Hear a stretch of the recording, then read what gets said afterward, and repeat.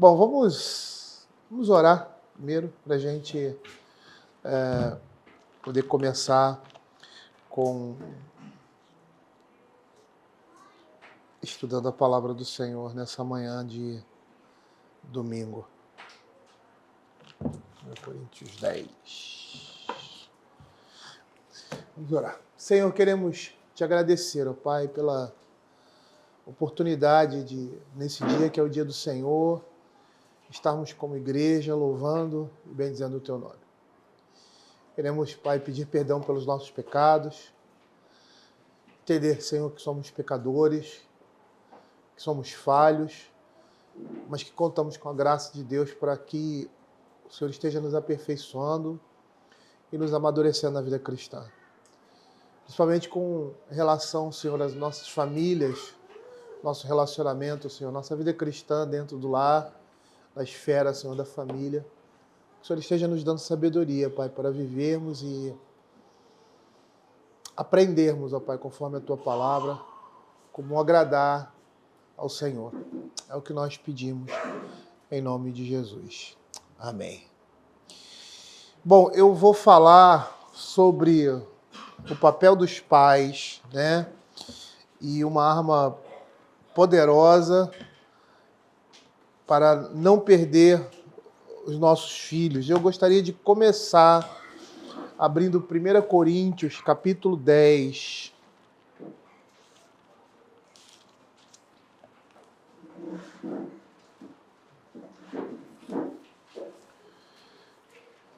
Desculpa, é 2 Coríntios.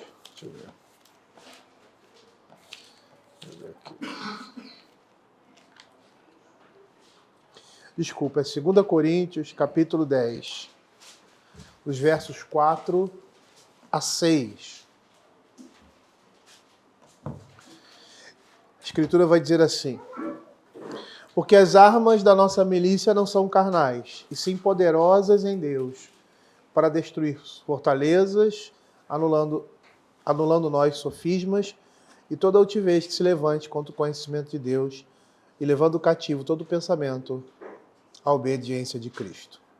O apóstolo Paulo aqui fala de armas que nós devemos usar, né, nessa batalha que nós vivenciamos, nessa luta, nessa guerra espiritual que nós vivenciamos diariamente.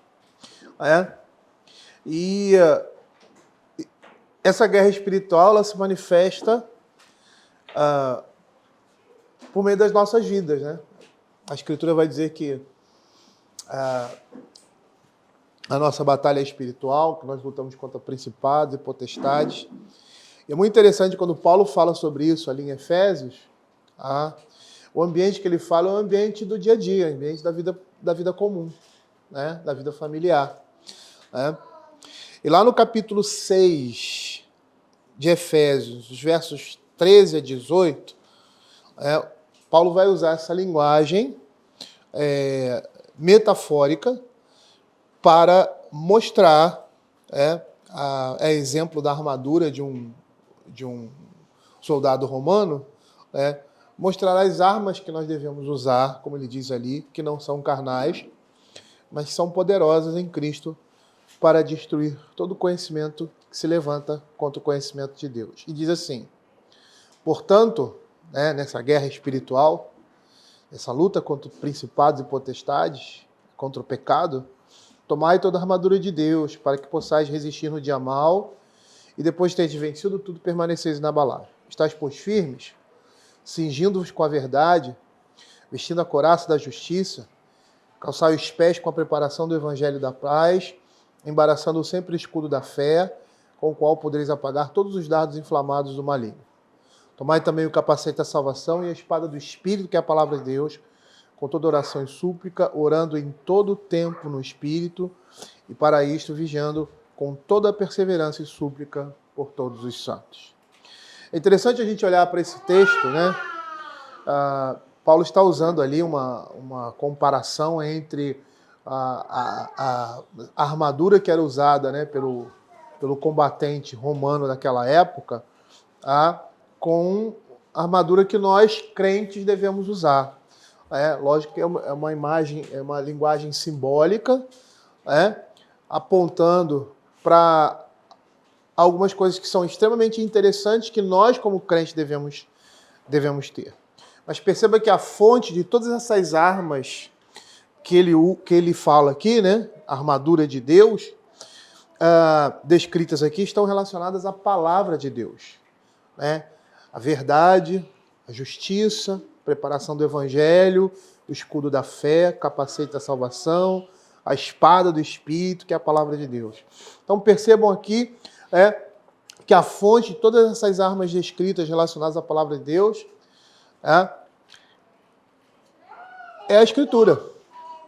É a Escritura que nos diz como nós devemos proceder para agradar a Deus e fazer a sua vontade. A nossa denominação tem como documentos doutrinários a Confissão de Fé de Westminster e o Catecismo Maior também de Westminster. E na pergunta 5 do Catecismo Maior, o Catecismo são perguntas e respostas, ele diz assim: o que as Escrituras principalmente ensinam? Aí ele responde: as Escrituras ensinam principalmente o que o homem deve crer acerca de Deus e o dever que Deus requer do homem.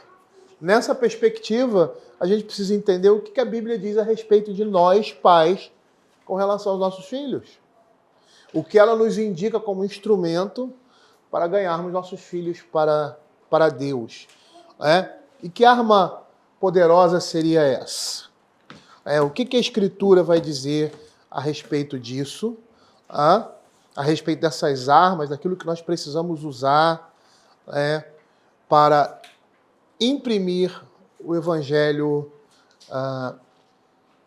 no coração do nosso filho, dos nossos filhos. Lá em Romanos capítulo 1, verso 16, o apóstolo Paulo diz assim: pois não me envergonho do Evangelho, porque é o poder de Deus para a salvação de todo aquele que crê. A gente sabe que a palavra de Deus na Bíblia, na Escritura Sagrada, é o local onde nós vamos encontrar aquilo que Deus requer de nós como pais na formação dos nossos filhos. E o principal objetivo na vida de um pai, de uma mãe, o principal propósito é levar os seus filhos a conhecerem a Deus. Então é na Escritura que a gente vai ver, que a gente vai perceber quais são as nossas funções, as nossas responsabilidades e qual o nosso papel na vida familiar, para que os nossos filhos, a nossa descendência, possam ter um encontro, sermos instrumentos de Deus na vida dos nossos filhos. E essas responsabilidades, aquilo que Deus fala, os instrumentos que nós precisamos usar para que o Evangelho seja impresso no coração dos nossos filhos, estão aqui, na Escritura. Eles são apresentados na Escritura e são imprescindíveis para a salvação dos nossos filhos na família da fé. Joel Bick, ele escreveu um livro, não sei se vocês conhecem Joel Bick, né? Ele escreveu um livro e ele diz nesse livro, trazendo o Evangelho aos Filhos da Aliança, que o lar cristão é um berçário para o céu. Então, se ele é um berçário para o céu, nós devemos trabalhar pela alma dos nossos filhos como se a salvação deles dependesse de nós. E aí ele continua dizendo, não, mas é claro que a salvação dos nossos filhos não depende de nós. Nós contamos com a graça e a promessa de Deus, que Ele será o Deus da nossa descendência, mas Ele nos chama a participar dessa obra como instrumentos dele em suas mãos. E ele diz assim, em seu livro, no final desse livro, ele diz assim, quando o filho estava saindo de casa, ele diz o seguinte: meu querido filho, sabe que te ensinamos a palavra de Deus e lutamos pela salvação da tua alma. Embora tenhamos ficado aquém da perfeição, nós demos exemplo de vida cristã no temor de Deus, na tua presença.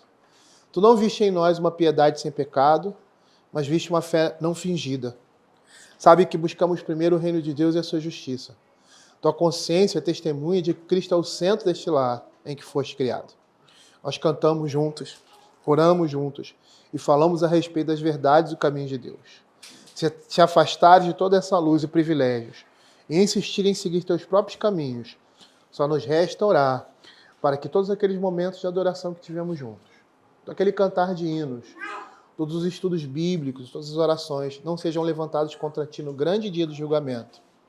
Veja, pois, que pela graça de Deus, naquele grande dia do julgamento, estando nós à direita de Cristo, não tenhamos de ver-te à sua esquerda. É interessante a gente ver, e eu gostaria de falar sobre o que ele vai dizer aqui, né? Assim, especificar algumas coisas que ele fala aqui, né? Mas o que é interessante a gente perceber aqui, que as armas que Deus nos dispôs para vencermos o mundo estão na palavra de Deus, sendo a própria palavra, né? Ou seja, o ensino que ela apresenta, o evangelho que está embutido aqui, que é o poder de Deus, como nós vemos, para a salvação, tanto do judeu quanto do gentio.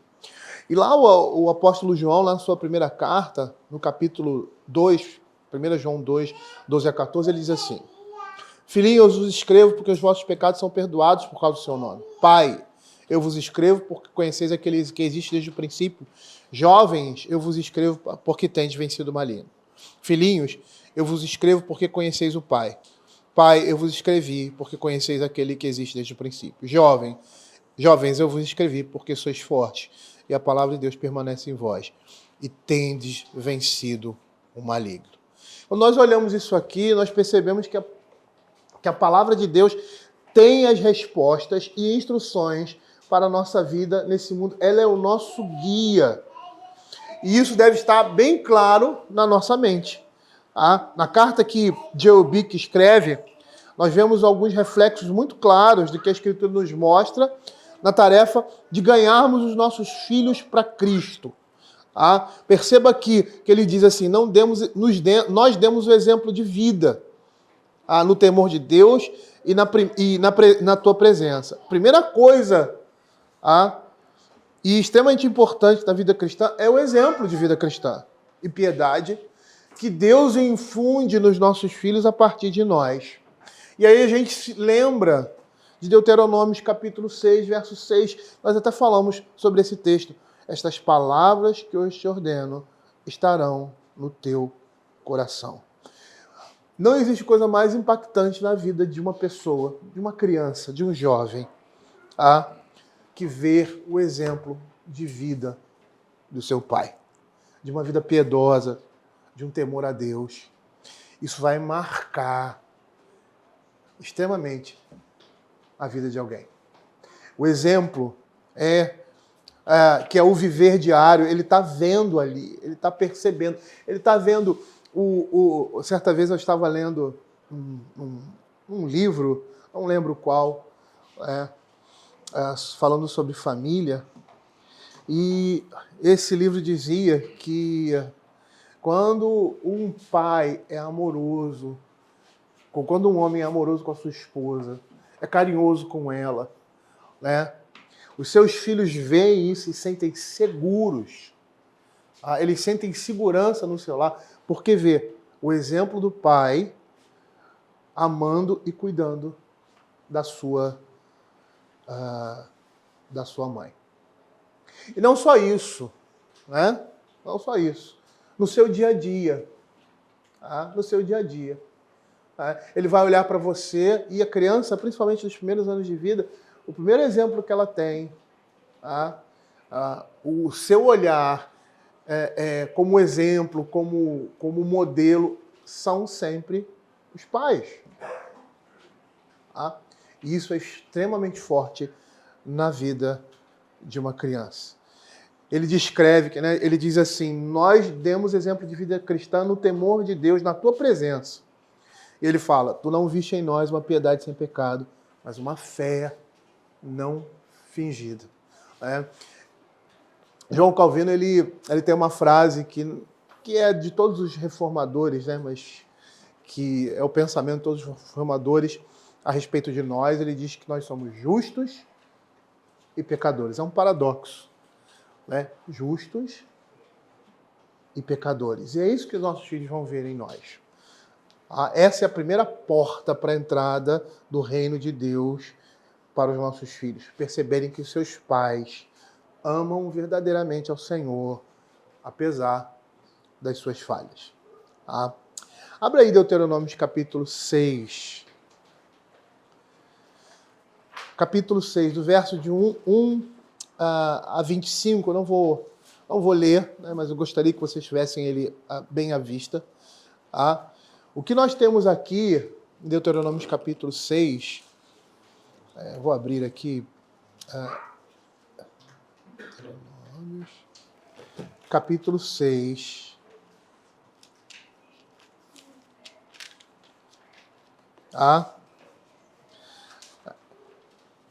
É a Escritura falando, né? Deus falando por meio de Moisés, como deveria ser esse discipulado cristão dentro de casa.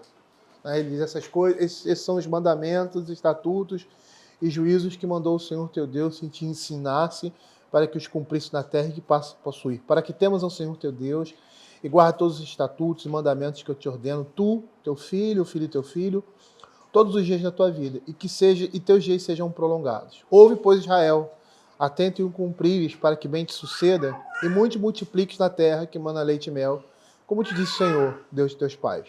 Ouve, Israel, o Senhor nosso Deus é o único Senhor. Amarás, pois, o Senhor teu Deus de todo o teu coração, de toda a tua alma e toda a tua força. Estas palavras que hoje te ordeno estarão no teu coração. Tu as inculcarás aos seus filhos, e dela falarás assentado em tua casa, andando pelo caminho, ao deitar-te, ao levantar-te. E aí ele continua, também atarás como sinal na tua mão, e serão por frontal nos teus olhos, e as escreverás nos umbrais da tua casa e das tuas portas. O que nós temos aqui é uma instrução para os homens, para os pais de famílias, para os cabeças da família, para os cabeças dos clãs, com relação aos seus filhos. E uma coisa muito interessante é a sua família. Uma coisa muito interessante é que ele diz o seguinte, e esse é o ponto de partida para tudo que a gente precisa entender a respeito da nossa missão de paz com relação aos nossos filhos. Que essas coisas devem estar no nosso coração. Ou seja, nós devemos amar ao Senhor de todo o nosso coração, de toda a nossa alma e toda a nossa força. Só assim nós vamos poder inculcar nos nossos filhos os mandamentos do Senhor.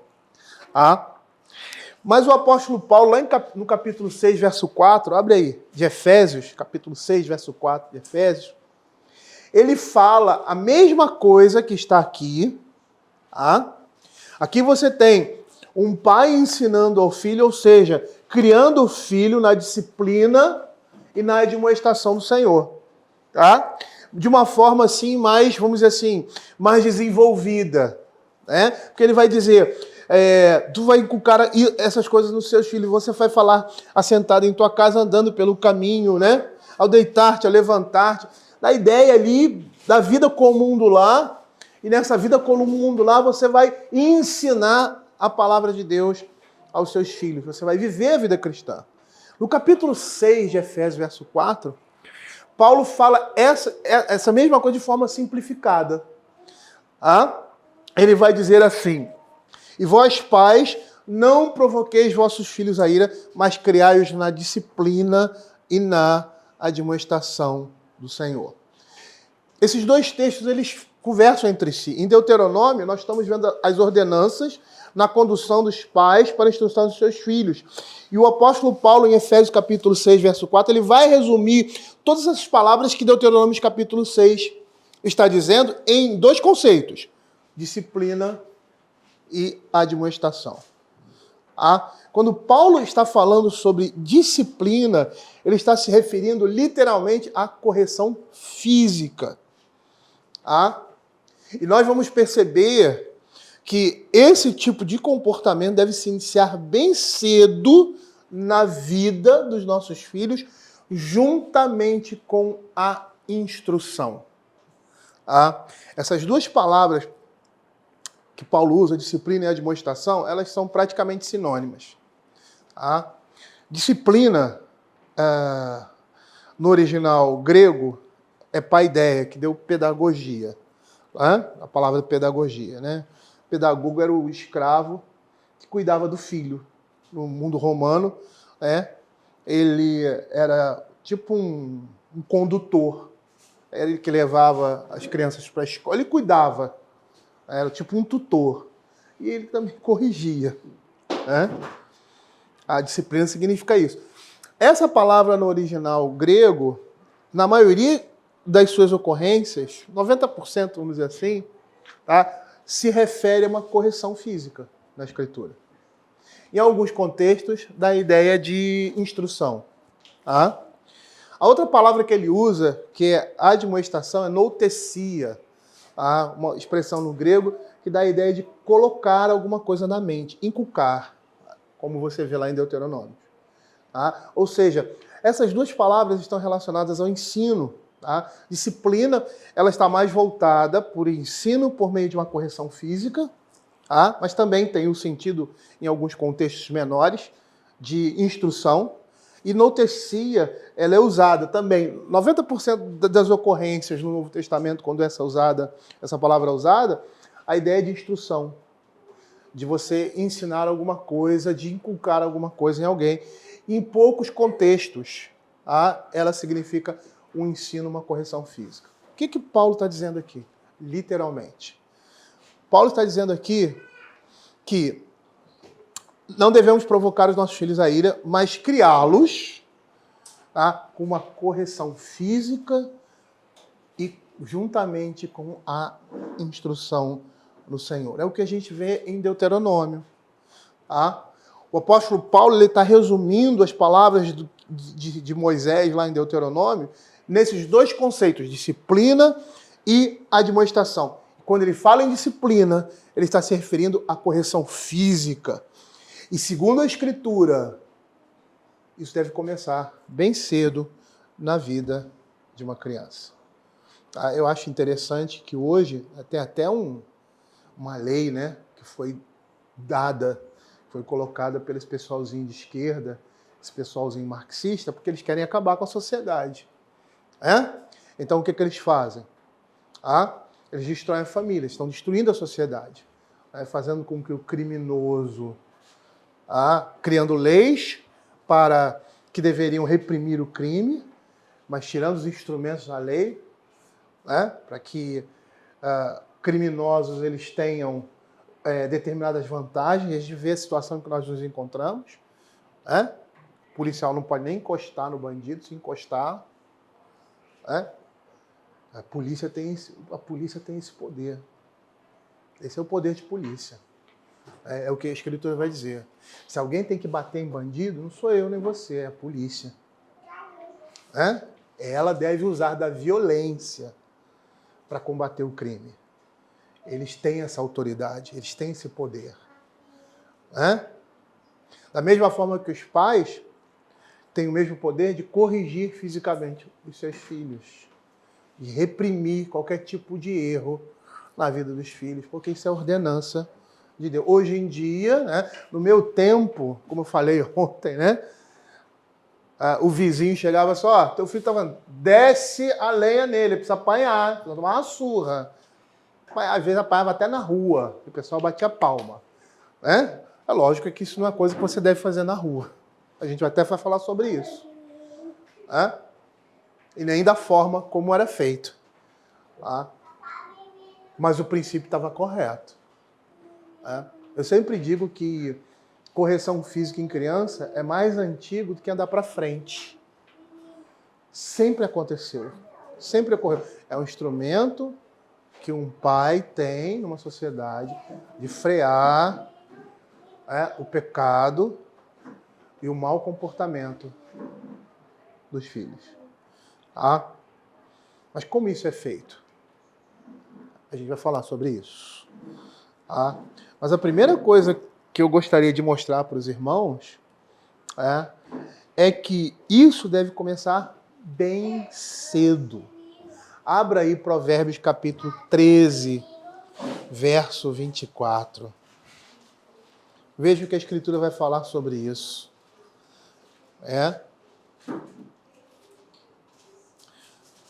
Ele diz assim, Provérbios 13, 24. O que retém a vara aborrece a seu filho, mas o que o ama cedo o disciplina. Quando o apóstolo Paulo, lá em 2 Timóteo, diz o que ele diz a Timóteo, ele diz assim: tu, porém, permanece naquilo que aprendeste e de que foste inteirado, sabendo de quem o aprendeste, e que desde a infância sabe as sagradas letras que podem tornar-te sábio para a salvação pela fé em Cristo Jesus. Nós vemos duas coisas aí. Correção física, bem cedo. Instrução, bem cedo. Se você olhar para Provérbios 13, 24, você vai ver que os pais amorosos, os pais que amam seus filhos, procuram corrigir as faltas deles o mais cedo possível. Por quê? Porque o que está em jogo? O que está em jogo não é educação, não é você ensinar pura e simplesmente ao seu filho, a ser uma criança educada. Mas o que está em jogo é a vida dele. É a proteção dele, a cura, a dignidade, a prosperidade e salvação dos nossos filhos. Se essas coisas estão em jogo, a gente tem que começar a buscar diligentemente essas coisas e bem cedo. Ou seja, na mais tenra infância, nós precisamos começar a corrigir os nossos filhos. E por que isso? Dentre alguns motivos, um dos pressupostos envolvidos na disciplina é que a insensatez está ligada ao coração da criança e será preciso mais do que meras palavras para desencorajá-lo.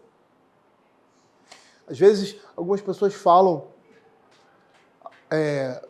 alguns escritores, pastores falam alguma coisa que nós não temos coragem de falar. E eu vou dizer uma coisa para vocês. Seu filho não vai obedecer você verdadeiramente se você antes não corrigi-lo fisicamente. Essa é a verdade. E mais do que isso. Eles não vão aprender que os pecados deles vêm do coração. E é isso que a gente tem que trabalhar os nossos filhos, é o coração. O Ted Tripp, eu vou até citá-lo aqui, ele num livro, me esqueci o nome. Isso, Pastoreando o Coração da Criança. Ele vai falar que a disciplina tem esse objetivo. Esse é o objetivo maior na nossa vida, é alcançar o coração dos nossos filhos. Por isso o apóstolo Paulo ele vai conjugar correção física e instrução, como nós vemos em Deuteronômio. Que apesar de não mencionar literalmente esse tipo de disciplina, ela estava implícita na mente judaica. Veja que quando Paulo escreve para Timóteo, ele reconhece que ele foi instruído na palavra desde a mais tenra infância. A expressão ali traduzida por Paulo, infância, no original, significa criança recém-nascida, infante, bebê. Pastor, quando é que eu devo começar a instruir meu filho nos caminhos do Senhor? Na barriga já. Na barriga. A ciência já comprovou, aquilo que a Escritura já mostra quando João Batista se encontra dentro do ventre com o Senhor Jesus. E ela diz, Isabel diz, a criança se mexeu no ventre. A gente sabe que a criança ela responde já no ventre aos estímulos externos. Então eu devo começar desde antes do seu nascimento, na sua gestação, Lá em casa, quando as crianças eram bem pequenas, no quarto dela tinha um monte, e minha esposa é professora, né, desse segmento, foi professora desse segmento de criança, né? Então, várias coisas para estimular a visão, né, e a audição dos nossos filhos, músicas, orando, criança recém-nascida já. Essa é uma forma de começar bem cedo com os nossos filhos. Quando Paulo fala em criar-os na disciplina e na demonstração do Senhor, duas coisas estão em jogo aí, a correção física e a instrução, né? Mas o que é interessante, essa expressão criar aqui, no original, tem um sentido de um cuidado tenro e amável para com os nossos filhos na sua educação. Da ideia de gentileza e afabilidade, cortesia, né, e amabilidade, se opondo à provocação dos pais, levando os seus filhos à ira. A ideia aqui, essa palavra, ela tinha um sentido daquela ama que cuida da criança infante, na hora de amamentá-la, né? Todo o cuidado que deveria ter. Eu não sei se vocês lembram, né? Alguns são pais, ainda têm filhos pequenos, né?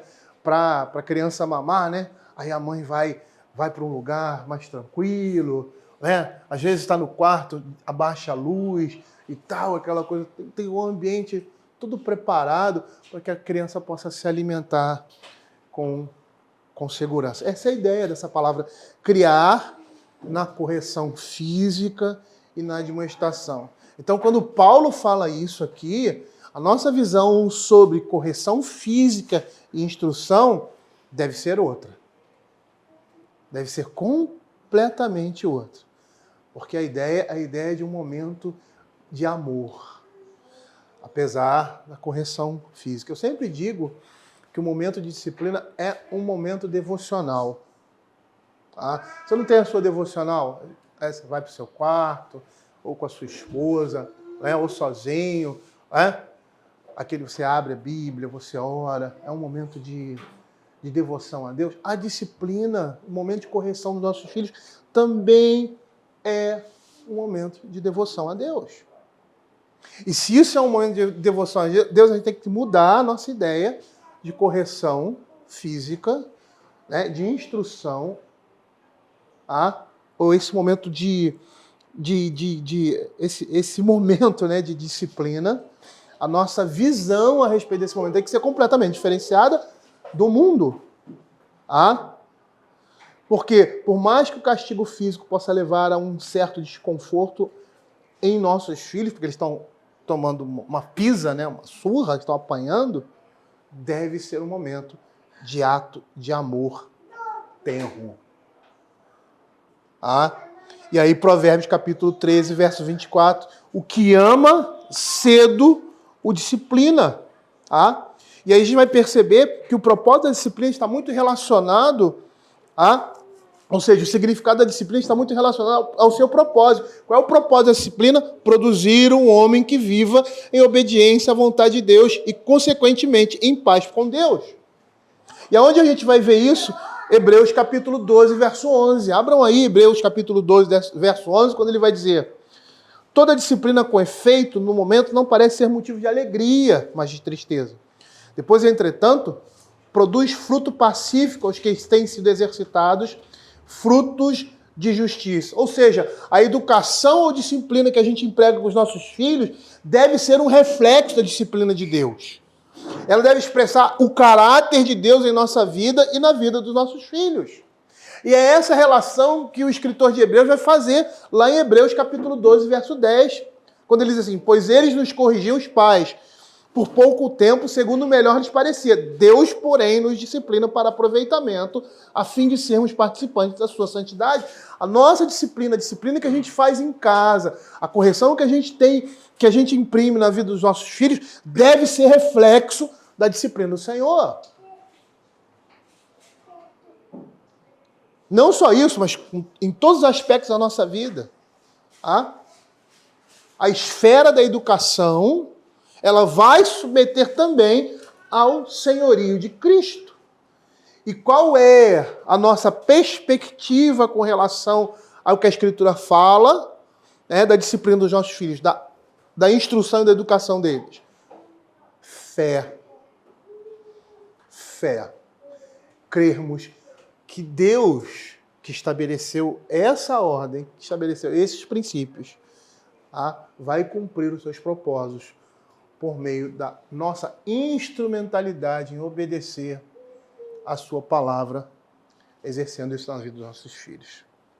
Certa vez eu estava conversando com meu filho, ele era bem pequenininho, devia ter uns 5 anos, 10 anos, e eu disse para ele assim: meu filho, eu vou corrigir você. Se eu não corrigir você, eu falei para ele, nós somos 2 pecadores que estamos no mesmo barco. A minha responsabilidade é corrigir você. Se eu não corrigir você, eu estarei pecando contra Deus e contra você também. A minha responsabilidade como pai é ensinar você por meio da instrução, por meio da vara, aquilo que Deus exige tanto de você quanto de mim. E eu gostaria de apresentar a vocês 3 coisas que nós devemos entender com relação à disciplina no uso da vara. Por que a gente fala no uso da vara? A disciplina e a correção bíblica, a educação que a gente deve imprimir nos nossos filhos, não se resume a bater. Não se resume a isso. Mas esse instrumento é um instrumento poderoso, determinado por Deus, para ser utilizado por nós. Por quê? Porque os nossos filhos nascem em pecado. O Provérbios diz que a estutícia está ligada ao coração da criança. É muito interessante isso, porque uma criança ela é estúpida. O livro de Provérbios vai dizer que determinados homens chegam à idade adulta e permanecem com essa estupidez, essa estultícia ou essa loucura no seu coração por causa do pecado. E aí, nós, como pais, como pastores dos nossos filhos, somos instrumentos de Deus de tirar essa loucura, tirar essa insensatez e tirar essa estupidez do coração da criança que lhe é característica. É muito interessante. E nem sempre, vamos dizer assim, essa estupidez, essa loucura está relacionada ao pecado, necessariamente falando. Mas a natureza humana pecaminosa. Eu gostaria de mostrar essa diferença. Uma vez eu estava pregando na igreja e tal, e aí a nossa igreja, o púlpito fica num lugar mais alto, aí você tem lá a nave, e lá no canto você tem o berçário. E como a nossa igreja é um local alugado, era uma casa de festa, nesse berçário a porta é uma porta de ferro, que não era um berçário, era uma cozinha que a gente transformou num berçário. É uma porta de ferro que vai do teto praticamente ao chão, mas ela fica aqui, ó. Tem um espaço aqui em branco embaixo. Ela não vai até o chão, né? E aí eu tava lá à frente, lá na igreja, falando e tal. Não era culto, não era nada. A gente estava conversando assim, ia começar o culto. Aí eu tô vendo as crianças passando debaixo da porta. Por ali. Elas entraram por debaixo, depois saíram e ficaram toda vez... Foram sair e saíram por ali. Aí eu fiquei olhando, olha que interessante. Olha a estultícia no coração da criança. Por que eles não abriram a porta? Por que eles passaram por debaixo da porta? Eu vou perguntar para o Golias aqui. Você passaria por debaixo da porta se fosse você entrar ali? Não. Mas por que a criança faz isso? Porque ela é estúpida. A estultícia está ligada ao coração da criança. Nossos filhos fazem coisas assim, coisas besteira, né?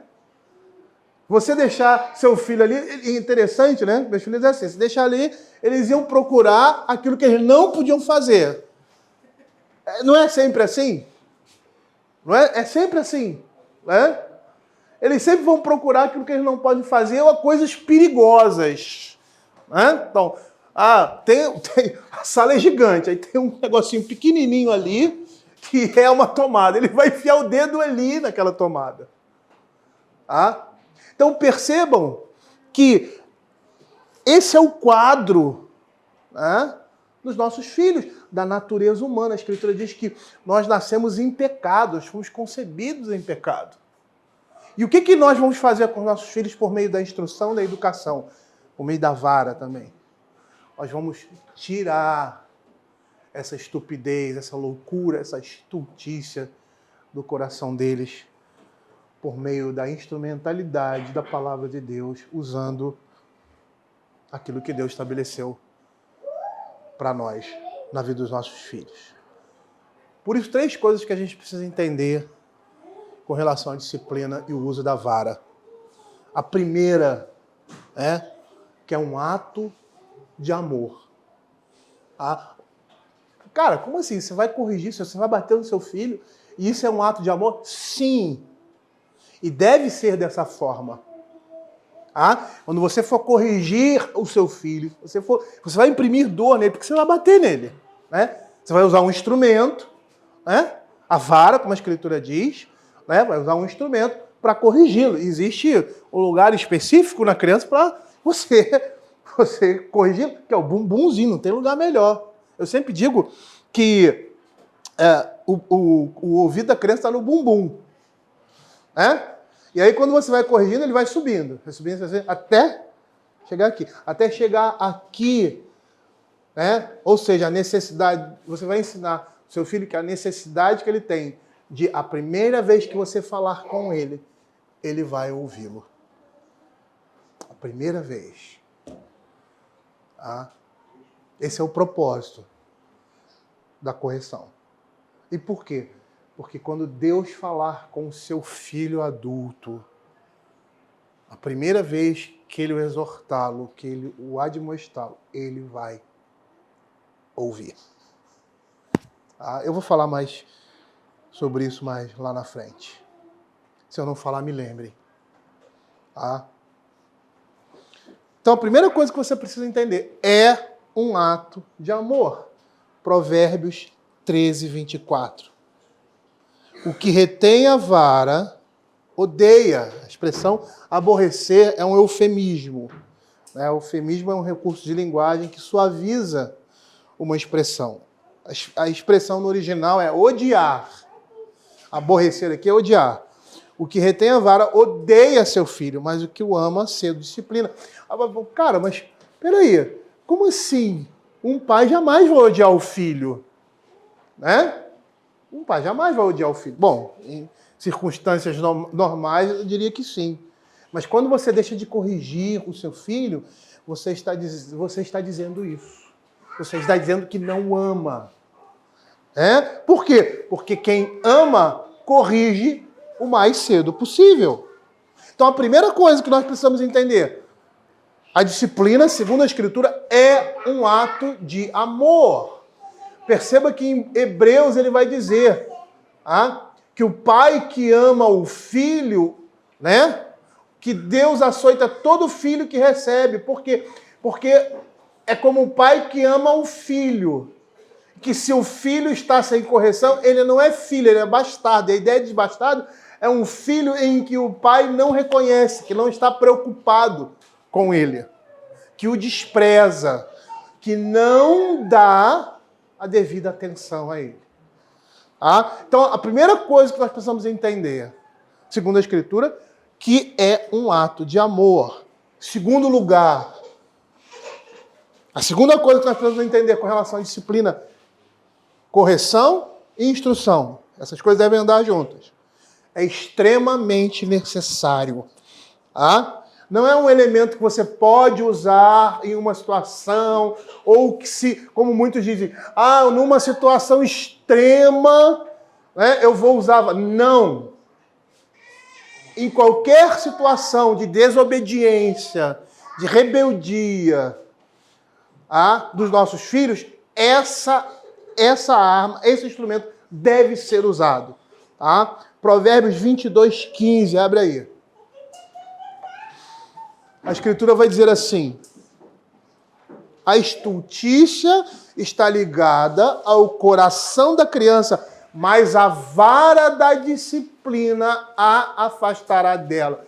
Seu filho só vai entender que a sua atitude é uma atitude louca na mais tenra infância, é uma atitude insensata com a vara.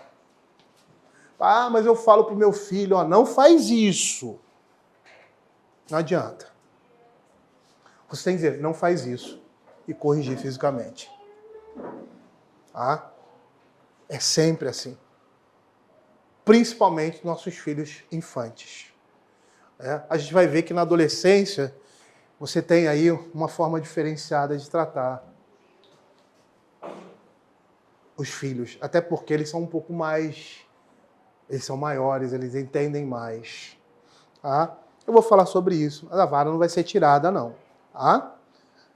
Então perceba que é necessário, porque é só assim, é só dessa forma que a loucura do coração dos nossos filhos vai desaparecer. Até porque eles precisam obedecer sempre. Eles precisam sempre obedecer. E a obediência verdadeira é aquela obediência que contraria a nossa vontade, não é? Porque quando, por exemplo, é algo que eu quero fazer, ou que eu gosto de fazer, deixa de ser obediência, necessariamente falando. Porque a obediência, ela se manifesta quando há o quê? Vontades contrárias. Eu quero fazer uma coisa, mas meu pai está dizendo uma outra. Eu quero fazer isso, mas a Bíblia, mas Deus está dizendo outra. Então eu vou obedecer a Escritura contrariando a minha vontade. Por isso que a Escritura está dizendo, é extremamente necessário. Ela não pode ser tirada.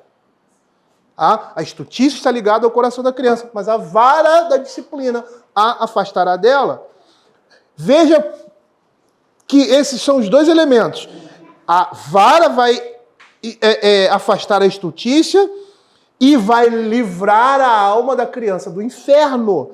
Provérbios 23, 14.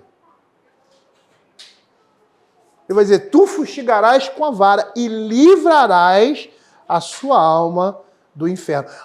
Tem algumas pessoas que dizem, essa aqui é uma linguagem metafórica, a vara aqui é repreensão e tal. Não, não é. É uma repreensão, mas é vara sim. Porque a palavra fustigar no original significa fustigar com vara.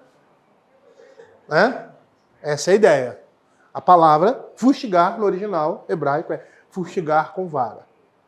Aqui você tem uma redundância, porque ele usa a palavra fustigar e usa a expressão vara. Porque ele poderia não usar essa expressão e colocar assim, tu fustigarás e livrarás sua alma do inferno. E a tradução poderia ser, tu fustigarás com a vara, porque esse é o entendimento. Mas não é isso que está aqui. No original está dizendo, tu fustigarás com a vara. Como se ele tivesse literalmente, tu fustigarás com a vara, com a vara. Essa é a ideia. A palavra fustigar no original já está nesse sentido. De você fustigar, ou seja, de você corrigir uma criança com um instrumento. E aí ele repete o nome desse instrumento. Tu a fustigarás com a vara e livrarás a sua alma do inferno. Uma coisa que a gente precisa entender, que disciplinar com vara não é espancar filho. Disciplinar com vara é um ato de amor para instruí-los no caminho do Senhor. E aí eu vou citar o livro Ted Tripp, Pastoreando o Coração da Criança, que ele vai dizer que o uso da vara é um ato de fé. Literalmente ele diz assim, Deus ordenou o seu uso, o pai obedece não porque entende perfeitamente como funciona, mas porque Deus ordenou. O uso da vara é uma expressão profunda da confiança na sabedoria e na excelência do seu conselho. Uma coisa que nós precisamos entender é que esse momento é um momento devocional na vida dos nossos filhos e na nossa vida. Se é um momento devocional, eu tenho que permear esse momento com princípios cristãos. Eu não posso corrigir meu filho quando eu estiver irado com ele. Eu não posso descontar a minha raiva, pela atitude que ele cometeu, porque ele pecou primeiro contra Deus, eu não posso fazer isso com ele, porque senão a disciplina não tem efeito. Pelo contrário, o efeito contrário. E depois que você corrige seu filho, tá? Você deve perdoá-lo totalmente. Tá? O que acontece muitas vezes é que determinados pais corrigem os filhos, aí ficam de cara emborrada. Filho. Ficam aborrecidos porque o filho pecou contra ele.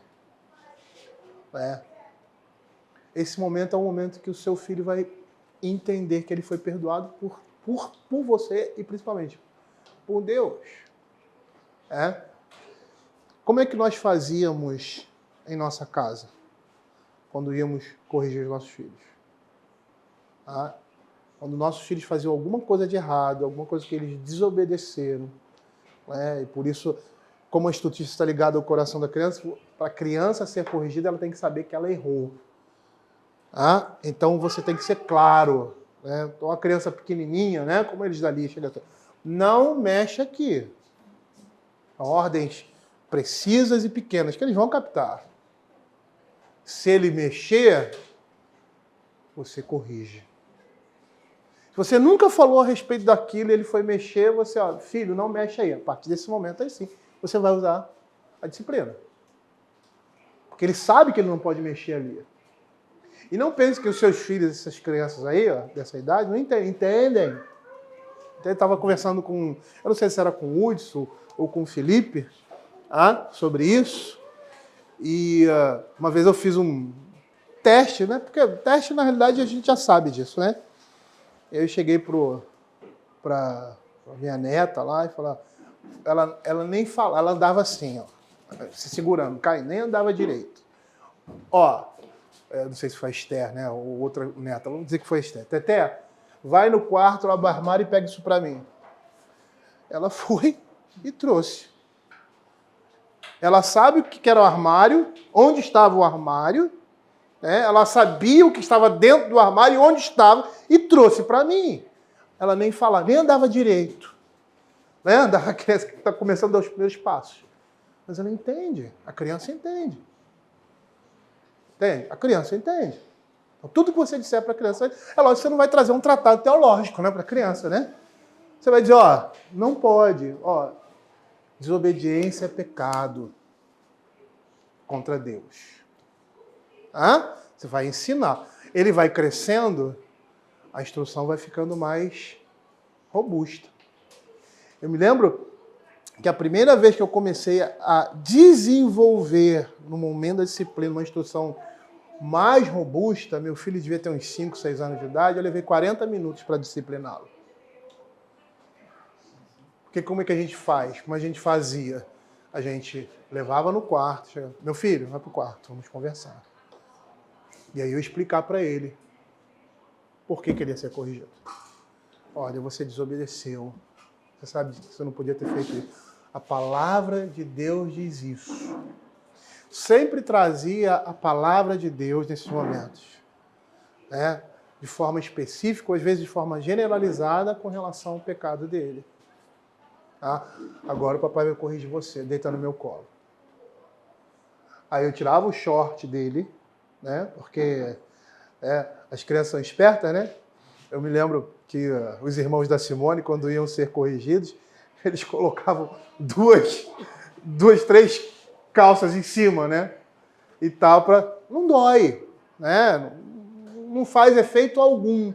Então eu falava, você vai tirar o short, e eu, mão pesada, viu? Mão pesada.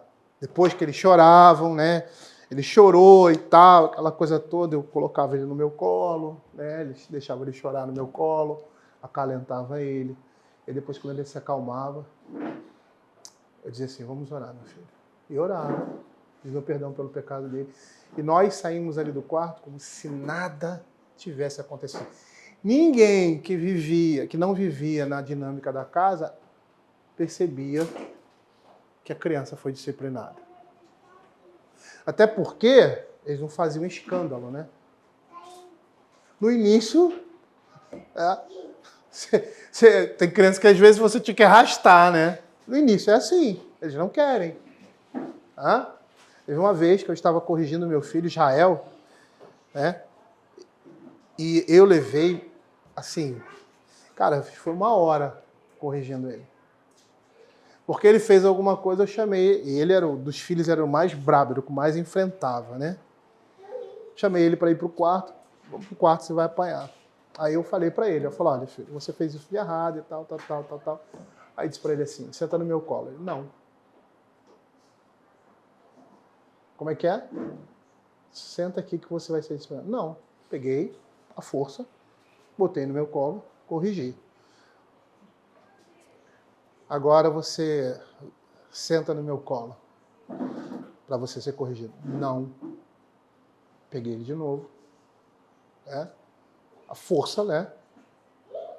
Corrigi. Coloquei ele de frente. Senta no meu colo. Não.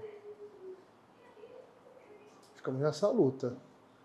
Luta no bom sentido. Porque a única força que eu fiz foi pegá-lo e botar no meu colo e segurar ele no meu colo. E aí, corrigi. Coloquei ele de novo lá. Agora, não. Até ele vir no meu colo de vontade própria. A mãe do outro lado desesperada. O que está acontecendo? E tal. Aquela coisa toda. Ela bateu. Quer uma ajuda? Eu falei, não, pode deixar. Pode deixar que eu vou resolver. Aí, por último, eu coloquei ele no... Agora eu vou disciplinar você. Vem pro meu colo que agora eu vou disciplinar você pelo que você fez lá fora. E aí ele veio e subiu no meu colo. Foram 40 minutos. Mais do que isso, quase 1 hora. Fazendo isso. Eu não saí correndo atrás do quarto dele. Não foi nada disso. Não foi nada disso. Ele resistiu, porque ele disse que não queria, então eu pegava ele no colo, botava ele no lugar direito. Lógico, deixava ele se acalmar, ele chorava, deixava ele se acalmar. Se acalmou, agora vem que eu vou corrigir você. Não. E em meio a isso, né, você vai instruindo, você vai falando, olha, isso é pecado, isso é rebeldia, você não pode, a Bíblia fala isso e tal. Até o ponto dele fazer o que eu mandei, sem ter que forçá-lo a isso. Ou seja, sem ter que pegá-lo à força, porque ele não queria vir no meu colo e botar no meu colo.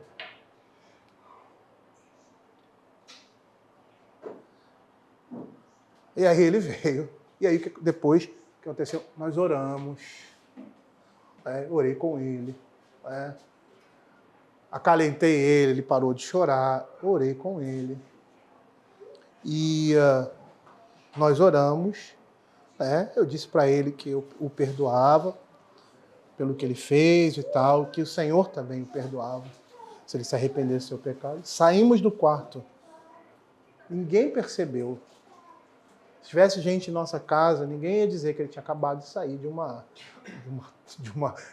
guerra dentro do quarto, porque não queria obedecer. Isso é uma outra coisa também. A questão da disciplina é muito complexo, né? Eu incentivo vocês a lerem o livro que a Simone escreveu. Ela escreve na perspectiva de uma mãe que está ali, mas é tudo que a gente vivia dentro do nosso lar. E é muito interessante porque no final do livro, o meu filho faz uma declaração, é uma carta que ele escreveu no dia do meu aniversário. Ele devia ter uns 50 anos, sei lá. Um dos aniversários que eu fiz, ele falando, né, sobre disciplina e tal, ele falou assim, a única coisa que eu lembro e que é recorrente em toda disciplina que meu pai, que você, né, ou que vocês imprimiram em mim, a única coisa que eu lembro são os textos da Escritura que você usou. Ele não lembrava de nenhuma agressão, nenhuma violência, nenhum grito que nós fizemos com ele. Não estou dizendo que a gente não tenha gritado, eu devo ter gritado algumas vezes com ele e reconhecido e pedido perdão, meu filho, olha, eu fui grosseiro com você, eu não devia ter feito isso, me perdoa. Mas ele não se lembra dessas coisas. Ele não se lembra, e ele diz isso na carta, de a gente ter disciplinado ele com raiva. É porque eu nunca tinha raiva. Né? Porque às vezes nossos filhos fazem determinadas coisas, dá ódio, dá raiva. Ainda mais na frente dos outros, você fica com vergonha, né? Isso não aconteceu? Não, aconteceu várias vezes na nossa vida. Mas qual era o nosso acordo lá em casa? Olha, se um dos nossos filhos fizer alguma coisa e a gente, ou você, né, tá ali, né, fez com você, ou você tá em casa e ele, ou você tá ali na situação, né? Você tiver com raiva, irada, ou eu estiver irado, a gente passa para o outro. Tá? Quantas vezes eu cheguei, Simone, leva esse menino lá, corrige, aconteceu isso aí, porque se eu pegar ele, eu vou esfacelar. Né? Eu sou pecador, entendeu também? Só que esse tipo de sentimento não pode estar no momento da disciplina, porque senão ela perde valor. Entende? Na hora que você estiver corrigindo seu filho, você tem que estar com um coração amoroso. Por quê? Porque é um momento desconfortável. A Escritura diz, lá em Hebreus, né? É um momento desconfortável, mas que produz fruto pacífico. Veja lá, deixa eu abrir aqui, Hebreus capítulo 12. Veja a linguagem que ele usa para mostrar esse momento.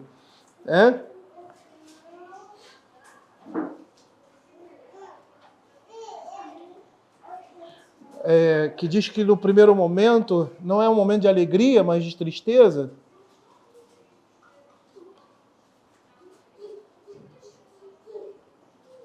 Verso 11, toda disciplina com efeito, no momento, não parece ser motivo de alegria, mas de tristeza. Ao depois, entretanto, produz fruto pacífico aos que têm sido por ela exercitado frutos de justiça. É um momento difícil.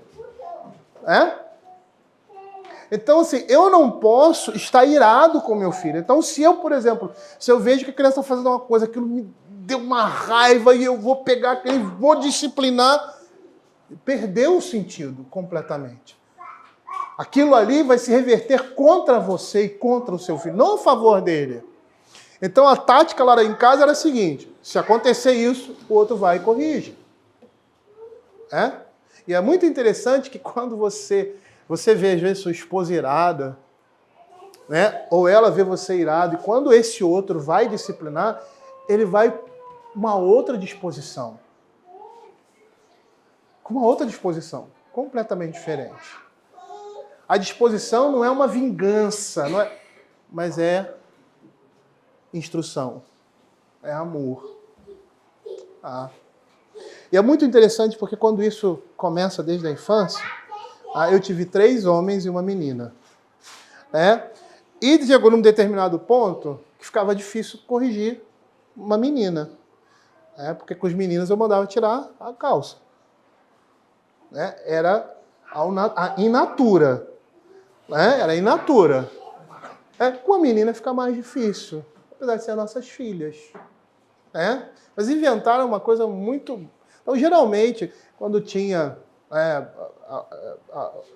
alguma coisa que corrigia, minha esposa corrigia. Eu corrigia também. Mas às vezes, melhor você vai lá e tal. Mas eu corrigia também. E aí, quando eu tinha que corrigi-la, o que eu fazia? Eu falava, vai buscar aquele short lá de academia. Que ela não usava na academia, usava em casa, que é fininho, né? E fazia a mesma coisa. E uma vez eu tive que corrigi-la. Ela já era uma mocinha, devia ter uns 13, 14 anos. E é muito interessante, né? Isso. São experiências assim maravilhosas. E aí eu fui corrigir, levei ela para o quarto, né? E aí eu fui corrigi-la, mandei ela deitar na cama, ela deitou, batia, pá. E a mão pesada, a minha mão era pesada. Aí quando eu acabei de corrigi-la, que ela foi sentar na cama, ela pulou no meu colo, me abraçou e disse assim, papai, me perdoa. E começou a chorar. Eu disse para ela assim, lógico, minha filha, eu te perdoo, vamos orar. E aí nós oramos, e aí saímos do quarto. Depois disso, ela se acalmou e tal, passou um tempinho chorando, mulher, né? Chora e tal. Me abraçou, sentou no meu colo e me abraçou. E aí nós oramos e e eu saí do quarto com ela. Saímos em paz um com o outro e ela em paz com Deus. Quando eu falo que esse momento é um momento de devoção, porque em primeiro lugar, você vai falar da palavra de Deus, você vai corrigir, você vai usar a vara, e isso dói. Você vai consolar, você vai orar, você vai ali exercer um sacerdócio mediador.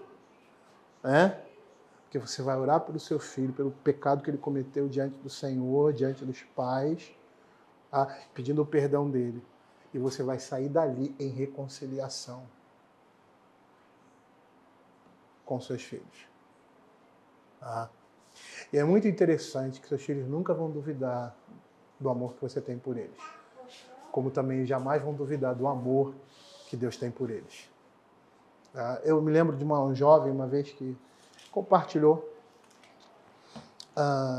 Ele era filho de pais crentes e tal, e era prontão, né? Na adolescência, o cara se desviou, aprontava, e um dia, numa festa de família, né? Acho que era Natal, ele saiu com os colegas, né? Que tinham hábito, a gente tem o hábito, né, de Natal ir na casa dos amigos e tal, e aí ele bebeu. Ele era um cara assim, 16, 17 anos, não, menos, até uns 14, 15, eu acho. E bebeu, chegou em casa bêbado. Adolescente, né? Foi na casa de um, foi na casa de outro. E aí, quando chegou em casa, ele chegou bêbado, foi, né? A coisa horrível, né? A mãe dele ficou triste e tal, aquela coisa toda e tal. E ela tinha, na época, comprado um rádio, era a época de AM, FM, né? E aí, tinha comprado um rádio para ele, que ia dar de presente de Natal, e não deu. E ela passou, assim, né, um tempo de cara amarrada com ele, falando poucas palavras e tal. E uma vez teve uma situação em que eles eram crentes, né, frequentavam a igreja, ele foi oferecer uma rosa para a mãe, como se pedindo perdão, né? Ela rejeitou.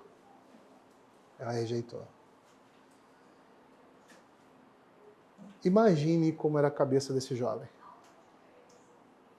O que vocês acham que um jovem como esse pensava a respeito dos seus pais? Ele dizia, eu tinha dúvidas a respeito do amor que eles devotavam por mim. E por que ele tinha dúvida? Esse era um dos motivos também que eu sempre cheguei para os meus filhos e só não interessa o que vocês façam. Vocês serão reprovados pelas coisas erradas que vocês façam, mas meu coração estará sempre aberto para vocês. Por quê? Porque eu sou pai. Porque Deus é o nosso pai e é assim que Ele age conosco. Apesar dos nossos pecados, Ele nos ama. Como é que eu vou rejeitar o meu filho? Como é que o meu filho vem para mim pedindo perdão pelo que ele fez, porque ele me ofendeu e tal, e primeiramente ele ofendeu a Deus, eu vou rejeitar esse perdão dele?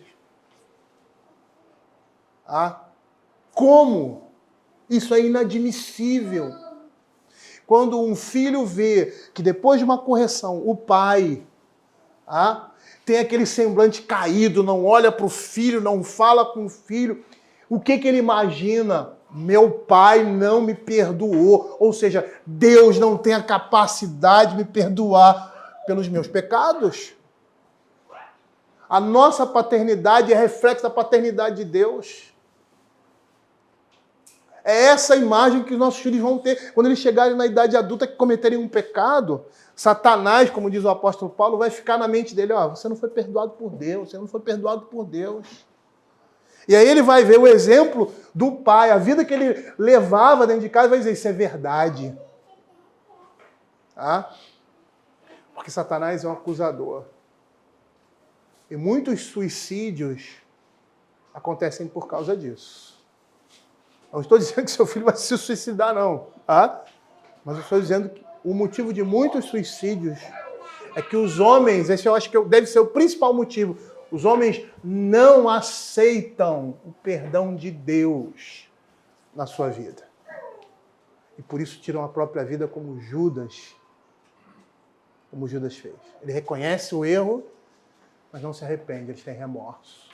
E aí tentam resolver da sua forma. Eles vão buscar a solução na sua própria arma, nos seus próprios corações, com as suas próprias armas, melhor dizendo, com o seu próprio coração. Essa é uma justiça que provém das obras e não da fé. E por último, e mais importante, eu disse que a disciplina é um ato de amor, eu disse que ela é extremamente necessária, né? E as consequências disso, né, os desdobramentos, se é um ato de amor, isso é extremamente necessário. Eu não posso me furtar disso. Mas o mais importante, nesse escopo, que fala da questão essencial da disciplina segundo a Escritura, ou seja, com a instrução e com o uso da vara, é que é uma ordem divina. É uma ordem divina. É ordenamento de Deus. É Deus que criou o universo, criou todos os. Está dizendo, corrija o seu filho.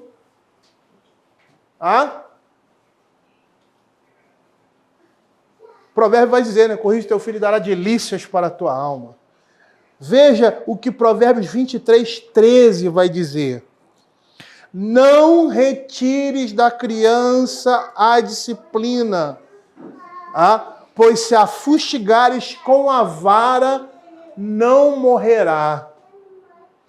Tu a fustigarás com a vara e livrarás a sua alma do inferno.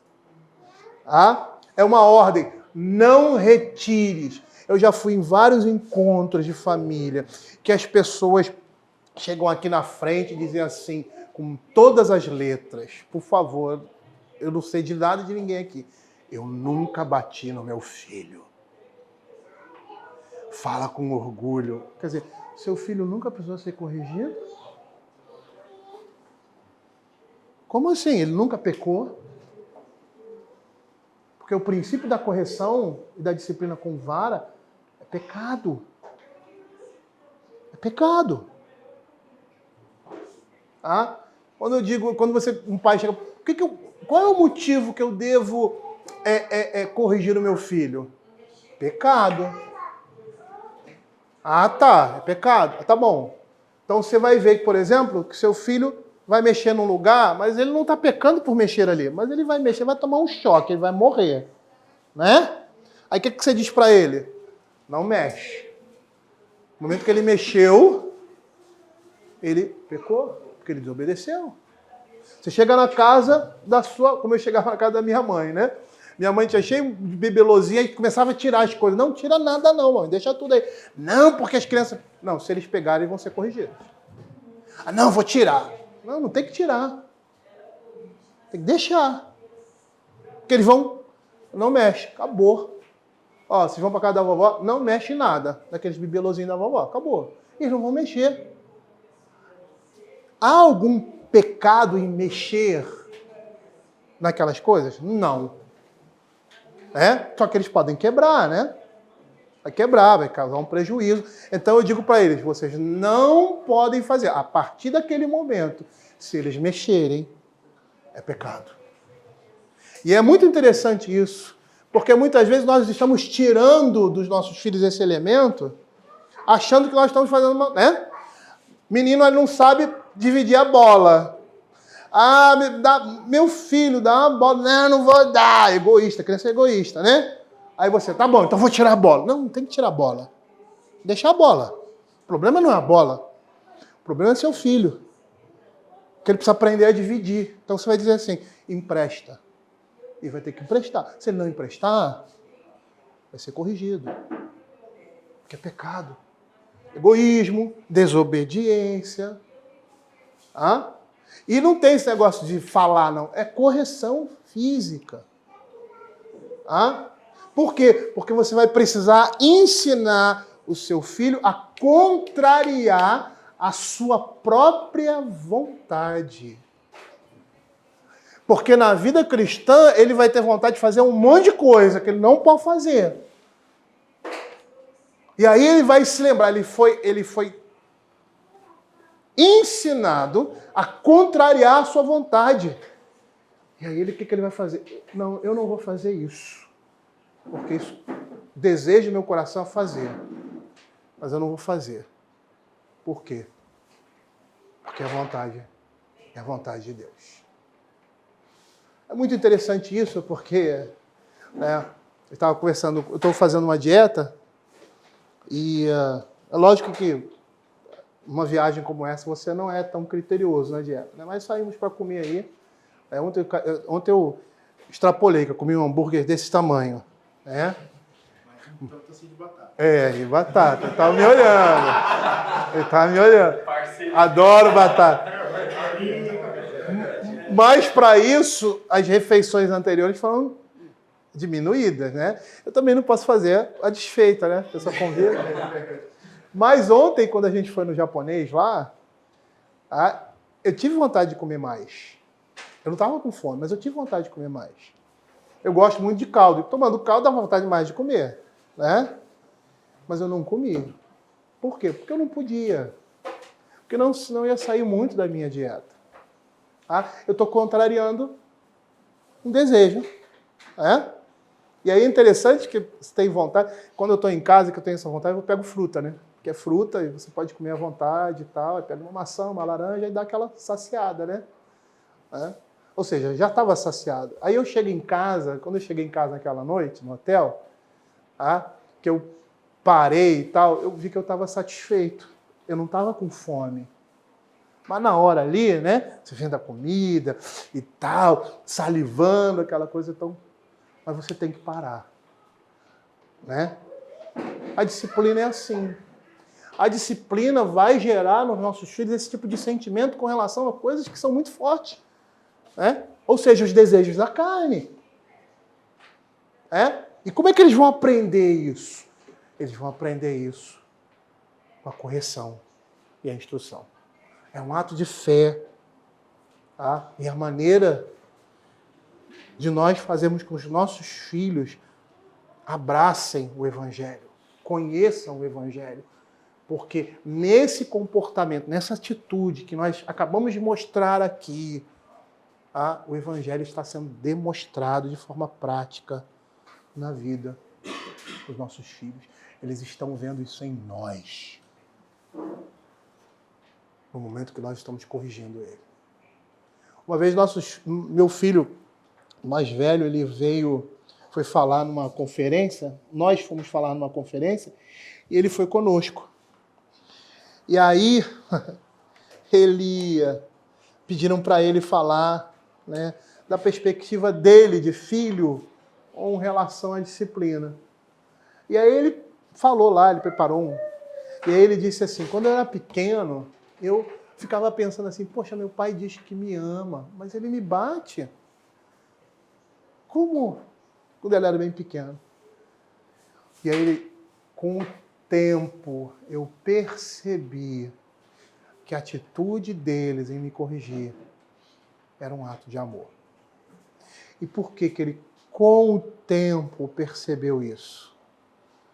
Porque a maneira como nós disciplinávamos ele, o modo como essas coisas aconteciam, demonstrava isso.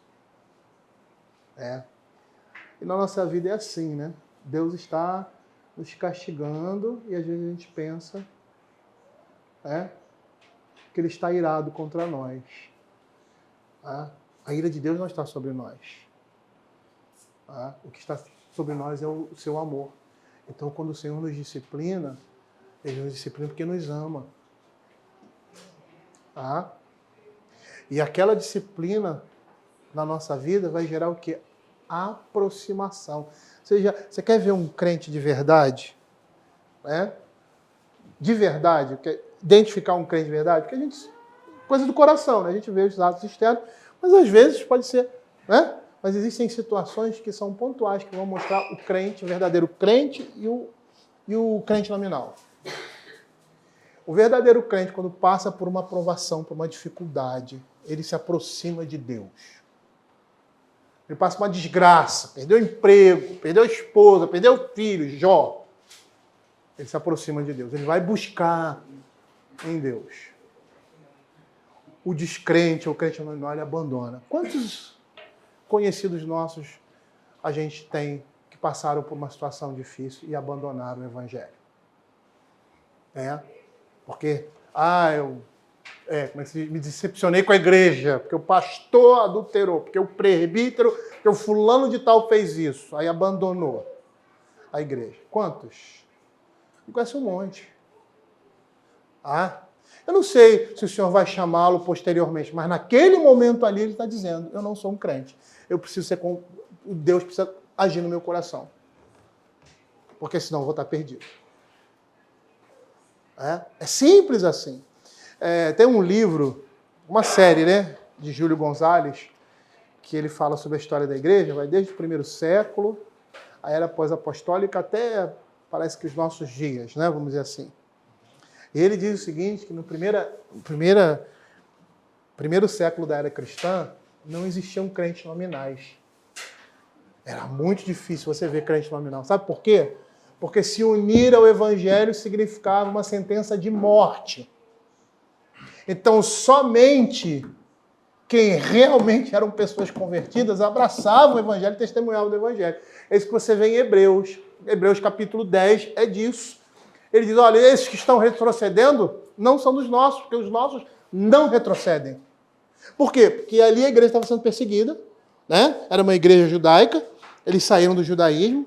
Roma tinha tolerância com a religião judaica, mas considerava o cristianismo uma perversão e uma ação criminosa, e perseguiu os cristãos. Então, muitos crentes ali de Hebreus, que eram judeus, não, vamos voltar para a fé judaica, porque ninguém nos persegue. E abandonaram a fé. E aí eles mostram claramente que não são do Senhor. É assim que você vai detectar um verdadeiro crente por um crente nominal. E a disciplina do Senhor vai fazer com que nós sejamos instrumentos da mão de Deus para forjar cristãos, nossos filhos. Muita gente acha, por causa da ênfase na vara, por que a ênfase na vara? Porque parece antinatural, mas não é. Pensa que é só bater. Se fosse só bater, meu filho de bandido, não é isso. É vara acompanhada de instrução. Eu tinha um conhecido que ele ia disciplinar, os filhos eram pequenininhos, eu não sei se era da idade deles ou um pouco menor. Cara, o cara gastava meia hora falando eu acho que era menorzinho, da Bíblia com eles. Eu chegava e falava assim, fulano, olha só, não é assim. Eles não vão captar. Você precisa conversar com ele daquilo que ele pode alcançar. Entende? Aí, tratados teológicos. O cara não vai entender, vai ficar olhando para você assim. Você tem que ser objetivo. Com o tempo, eles vão amadurecendo, vão crescendo, aí a necessidade da instrução fica mais específica. Mas a disciplina é um momento objetivo. Então você não vai pegar uma criança de 2 anos de idade, porque a cristologia, a eclesiologia, não é assim. Você tem que falar de tal forma, usar termos bíblicos, A gente não pode fazer o que a pedagogia faz, vamos trazer para uma linguagem da criança, mas de forma que ele compreenda. Por isso o apóstolo Paulo vai falar em disciplina e admoestação, é o que a gente vê em Deuteronômio. É interessante quando a gente olha lá o livro de Deuteronômios, ele começa a falar sobre inculcar a palavra de Deus no filho. Em toda e qualquer oportunidade que nós tivermos. E a consequência disso é que nossos filhos, é muito interessante esse texto, não compreendendo todos os conceitos do Senhor, ele vai perguntar, abra aí Deuteronômio capítulo 6, ele vai perguntar, porque o filho vai ser acompanhado pelo pai, ou pelos pais, né? Como ele diz aqui, vou usar a linguagem, capítulo 6, falando assentado em sua casa. Essa palavra assentado aí que tem o mesmo sentido de viver a vida comum do lar, de habitar. Né? Lá de 1 Pedro 3. Andando pelo caminho, ao deitar-te, ao levantar-te, né? Em toda oportunidade que ele vai ter. A consequência disso é a seguinte. Olha que interessante, olha o que o verso 20 vai dizer. Quando o teu filho no futuro, então ele está instruindo, né? E aí num determinado momento, ele está crescendo por meio daquela instrução, te perguntar dizendo, o que significam os testemunhos, estatutos e juízos que o Senhor nosso Deus nos ordenou? Ele não entende tudo. Ele precisa que você explique. Pai, o que é isso? Pai, o pastor falou isso, o que é isso? Pai, o que é isso que o senhor falou? Mas uma coisa ele vai saber. Olha que interessante. Às vezes, na nossa leitura, passa adiante. A gente não percebe isso. Olha o que ele diz aqui. O que significam os estatutos e juízos que o Senhor, nosso Deus. Olha que interessante aqui. A consequência desse inculcar, desse envolvimento, desse ensino, é que nossos filhos, não compreendendo todos os preceitos do Senhor, ainda na sua infância, vai perguntar aos pais o que aquilo significa. E mesmo não sabendo todas as abrangências com relação ao Evangelho, porque ele está sendo conduzido, né, nesse caminho, mesmo sem ter sentido finalizado esse percurso de ensino no lar, uma coisa ele vai saber, que o Deus do pai dele é o Deus dele. Ele vai dizer assim, pai, o que o nosso Deus... Olha como isso é importante. Lembram do exemplo que eu dei lá ontem, daquela criança, que o pai ensinava, do jogador de futebol americano, estava até me falando ali que são... Quantos? 50 jogadores. Em torno de 50 jogadores. Ela conhecia todo mundo. Você acha que o time dela, quando crescer, nem precisa nem como crescer, né? Qual é o time dela? Qual é o time que ela ama? O do pai.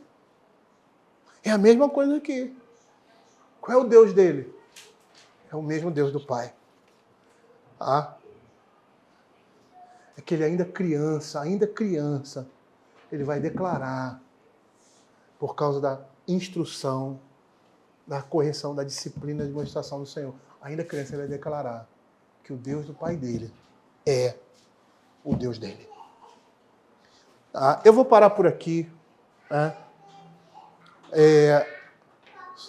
Eu ia falar sobre a adolescência, mas eu quero dizer uma coisa para vocês.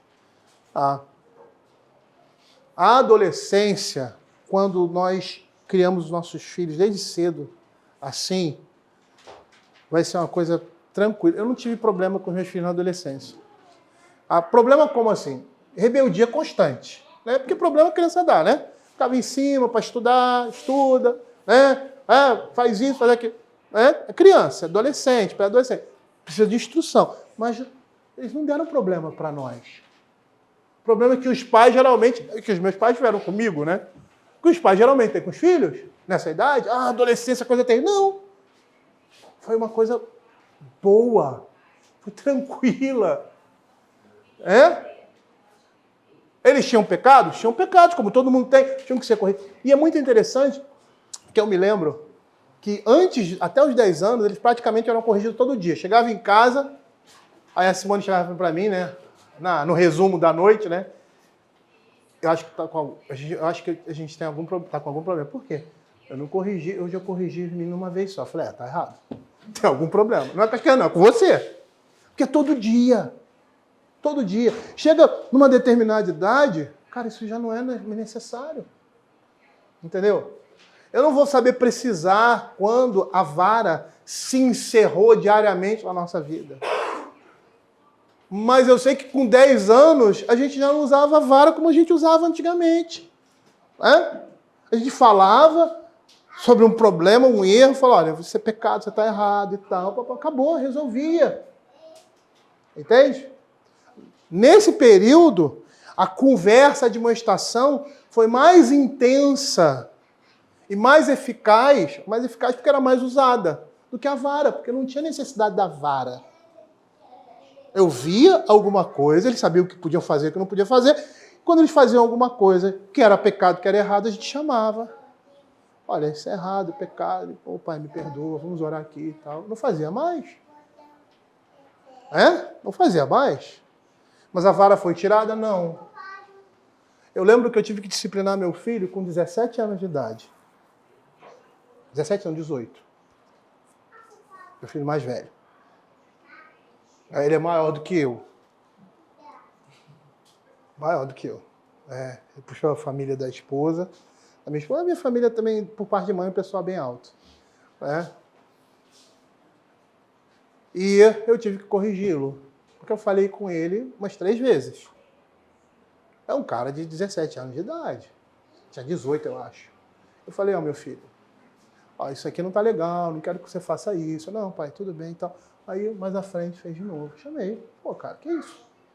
Eu falei com você, pô. Você cometeu o mesmo erro. Eu nem lembro o que era. Pô, que história é essa, cara? Aí ele, tá bom, pai, e tal. Aí saímos lá do quarto e tal, da conversa que nós tivemos. Aí ele fez de novo, tempo depois. Eu falei, não, chamei. E, cara, eu falei com você. Que história é essa, rapaz? Você está me obrigando a usar a vara? Eu vou usar a vara com você. Vai pro quarto, vamos conversar. Vai pro quarto, conversei com ele. Pô, tira a roupa aí. Bota a busanfa para fora aí, deita na cama que eu vou corrigir você. E larguei dele. Ele chorou? Não, não chorou. Lógico, um homem daquele tamanho não ia chorar, mas foi uma vergonha. Aí depois que acabou, falei, cara, olha assim, meu filho, isso é uma vergonha. Você tem 18 anos, cara, você é um homem. Eu precisei falar 3 vezes com você para você me obedecer e você não me obedeceu. Pô, cara, peraí, cara. Vou ter que usar a vara com você, isso é uma vergonha. Foi humilhante para ele. Foi humilhante para ele. Eu não lembro, nesse período, lógico que deve ter acontecido, mas eu não lembro de ter corrigido ele nesse período, entre os 10 e 18 anos com vara. Porque acontecia, mas era algo esporádico. Esporádico. Não era um evento diário como era na primeira infância. Por quê? Porque eles foram criados assim. E é muito interessante que a gente vai perceber que a disciplina não vai tornar os nossos filhos impecáveis. Porque a natureza do homem é pecaminosa. Mas o que vai fazer com os nossos filhos? Quando eles forem admoestados. Quando eles forem admoestados, eles vão se humilhar e vão se submeter à correção e à instrução. Foi o que aconteceu com Davi quando Natan chegou para ele. Eu tive um evento com esse mesmo filho depois. Ele estava com 20 anos. Começou a namorar uma menina que era praticamente minha sobrinha, de consideração. Cresceram juntos. Ele gostava dela desde a infância, eu não sabia disso. E aí começou a namorar e a gente fazia gosto, a mãe fazia gosto. Só que ela teve um problema sério na família. Os pais se separaram, foi muito difícil e tal. Eu pastoreava a família na época. Foi um momento muito difícil, eles não souberam lidar com isso. E era o período que eles estavam namorando e começaram ela começou a maltratar ele. Começou a acontecer determinadas coisas que um dia ela ligou e estava conversando no telefone e desligou o telefone na cara dele. Não brigaram. Não, mas ela foi e vá, não. Algum desligou. Foi. Eu só estou percebendo, eu chamei a mãe, Porque tudo que ele... O namoro dele, ele conversava com a mãe. Sempre conversava com a mãe primeiro. E aí eu perguntei para ela, o que está acontecendo? Estou vendo isso aqui. Não, e tal, assim. A mãe sempre querendo dar aquela enxugada, passada de pano como a gente usa e tal. Aí aconteceu uma outra situação que eu falei, não, chega. Ele chamou ela para ir para o cinema. A gente tinha marcado para ir no cinema, Eu, o pai dela, a gente sempre vai junto. E aí ele tinha chamado ela para ir no cinema antes, ela negou. Aí eu falei, filho, o que foi? Ah, não, ela não quer ir e tal, não sei o quê. Ela não está se sentindo bem. Ah, tá bom. Vamos no cinema? Ah, não. Pô, vamos, meu filho, vamos ver o filme lá, do Marvel, sei lá o quê. Tá? Que eu acompanho, né? O universo Marvel e tal, eu gosto. Aí tá, vamos. Aí tá, botei o menino no carro, falei, Alexandre, tal, meu compadre, ó, vamos, tal. Bom, estacionou do meu lado. Daqui a pouco, quem sai dentro do carro? A boneca. Eu olhei pra cara dele assim, eu falei, deixa eu chegar em casa, a gente vai conversar. Aí pá, vimos o filme, pá, comemos, fomos pra casa. Aí chegamos em casa, no outro dia eu cheguei pra ele e falei assim, vem cá, o que está acontecendo? Aí ele, pai, sim e tal. Eu falei, olha, vamos fazer o seguinte. Porque quando ele foi namorar com ela, e essa era a instrução dada em casa, namoro é para casar. Então, se você quer namorar uma menina, em primeiro lugar, você tem que ter condições de em 1 ou 2 anos se casar com ela. Mesmo que você não se case. Né? Porque namoro prolongado não dá certo. Então lá em casa, o crivo era esse. Então, quando você... pai, é essa menina. Então, você vai lá na casa do pai dela e vai dizer das suas intenções. Eu quero me casar com a sua filha. É engraçado que os meus filhos faziam, os pais ficavam afrontados. Porque o meu filho chegava lá e dizia que queria casar com ela. Ele estava querendo namorar. Pô, namoro é pra quê no mundo cristão? Eu vou namorar com a sua filha, mas não quero casar com ela não, tá? Que história é essa? Tá errado, né? Não pode brincar com essas coisas. Para mim, namoro é casamento. Então você vai conhecer a menina, você vai, né? Aí no dia que você é essa, aí você vai chegar para ela e falar assim, eu quero me casar com a sua filha. Eu quero me casar, por isso eu quero começar um relacionamento com ela. Aí ele foi, falou, pediu pro pai, tá? Uma vez eu estava conversando com ele no restaurante, a gente saiu juntos e tal. Aí ele reclamou para mim de que a filha dele estava maltratando meu filho. Pô, ela fica maltratando ele, fica tratando ele assim e tal. Aí tá, juntei tudo isso, chamei ele. Falei, meu filho, não dá. Você vai terminar com ela. Ele tinha 20 anos de idade. Já trabalhava, estava terminando a faculdade. E o objetivo dela era terminar a faculdade, acho que faltavam 1, 2 anos, alguma coisa assim, e casar. Aí ele olhou assim com aquela cara assim, espantada. Pai, eu gosto dela. Eu sei, meu filho, que você gosta dela. Mas se vocês não terminarem esse relacionamento agora, nem amizade vai existir entre vocês. Nem respeito. E vocês são irmãos em Cristo. E aí ele começou a chorar. Na minha frente, aquele homem. A lágrima caindo assim. No outro dia ele foi na casa do pai dela. Chegou lá na casa do pai dela. Conversou com ele. E disse assim, olha, eu quero terminar com a sua filha. Meu pai me mandou aqui para terminar com ela. Aí sabe o que ele fez? Ele esculhambou meu filho. Esculhambou. Foi bom para ele, né? Porque passar por humilhação é sempre bom, né? Sempre bom, nunca é ruim. E aí ele voltou em casa arrasado, né? Eu falei, e aí, filho? Pai, foi assim e tal. Eu falei, foi melhor. E aí, como é que foi? Tio Alexandre, falou assim comigo. Eu falei, vou ter que, o pastor de todo mundo, vou ter que pastorear ele, né? Vou ter que chegar lá e conversar com ele e tal. Aí eu cheguei para ele e falei assim, poxa, cara, ele terminou com ela porque eu mandei. Lembra aquela conversa que a gente teve? Que aconteceu isso e tal. Não tinha necessidade de você tratar o menino do jeito que você tratou. Entendeu? Acho que você foi duro demais com ele. Não tinha necessidade. Ele não queria ter. Eu mandei. Porque eu estava vendo que se eles começassem, se eles continuassem esse relacionamento, não ia para frente. Eles nem colegas seriam. Nem irmãos seriam. Eu sei porque eu já vivi essa situação. Vivenciei essa situação. Entendeu? Na minha vida. Algumas vezes, e vi isso também como pastor. Então eu até disse para ele, olha, vocês vão terminar, até porque a única oportunidade, a única maneira de um dia você querer voltar a se relacionar com ela será por meio disso aqui. Porque se você continuar esse relacionamento, vocês vão terminar e vai cada um para o seu lado. Entendeu? E aí ele foi, como ele estava querendo casar, ele começou a conhecer uma menina de outra igreja, começou a conversar com a menina, mas não deu certo. Passou-se um ano. Nesse tempo, a gente pastoreando a família e minha esposa é muito próxima dela. Era a mãe que ela não tinha quando foi embora, né? Então a gente era muito próximo, nós crescemos juntos, um foi padrinho do outro no casamento, os nossos pais eram amigos, eram presbíteros da mesma igreja, desde a infância, né? Jogávamos bola juntos, então, E aí, né, Simone acompanhando e tal, e aí ela conversando comigo, acompanhando a família também, e ela chegou para mim e falou, a fulana tem mudado, ela tem crescido e tal, papapá.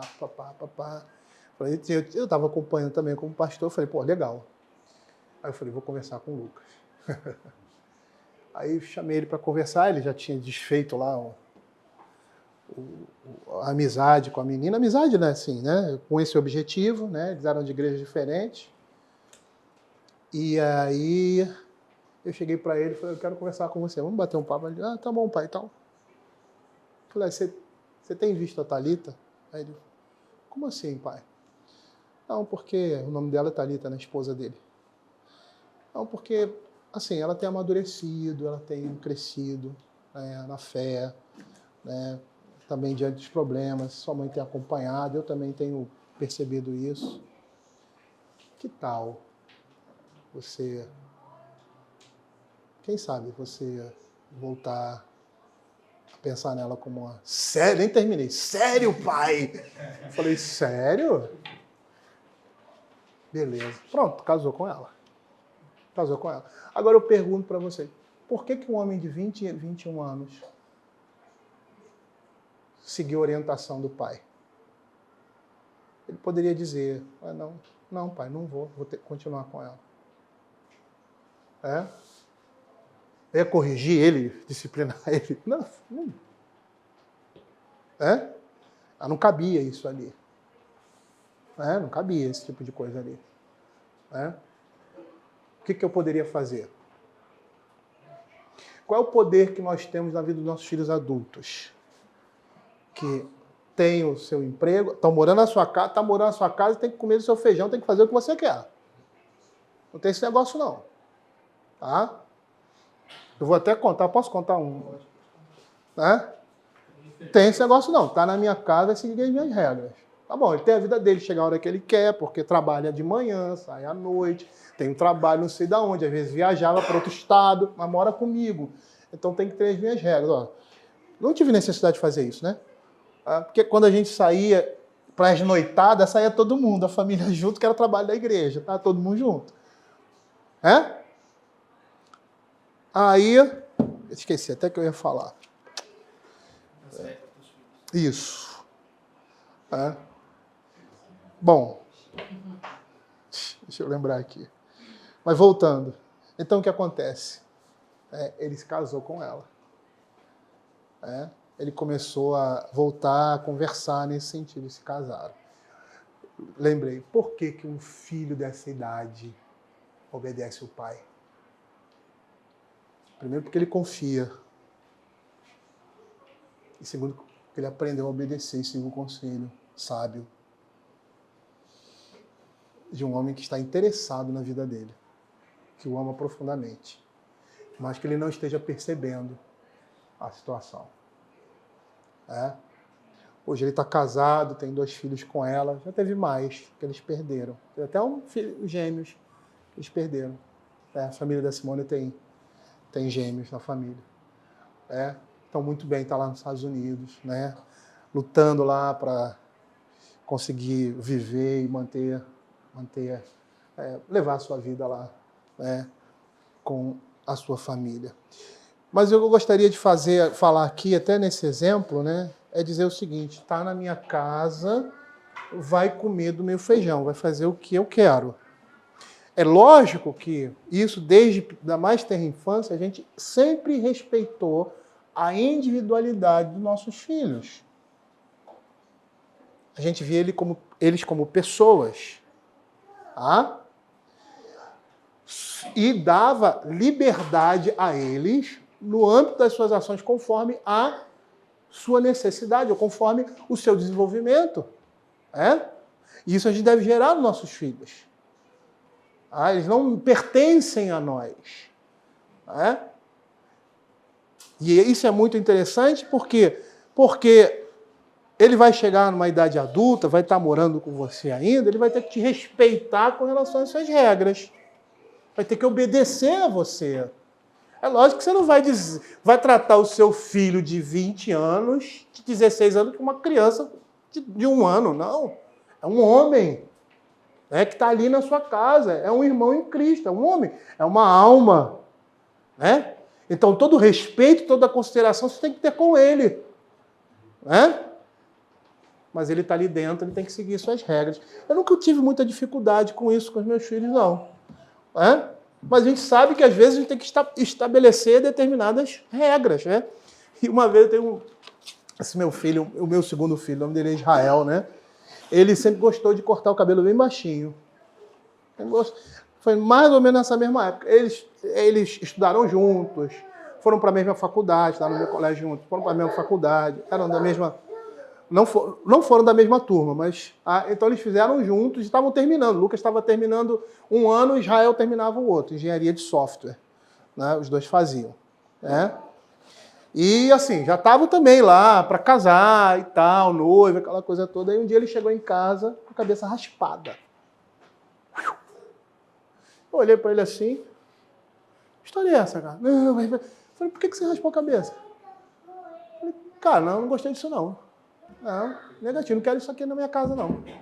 Quero não. Você não tem necessidade de raspar a cabeça. Que história é essa, rapaz? Faz até mal. Pegar sol. Não quero. Que história é essa? Não, aqui em casa eu não quero isso não.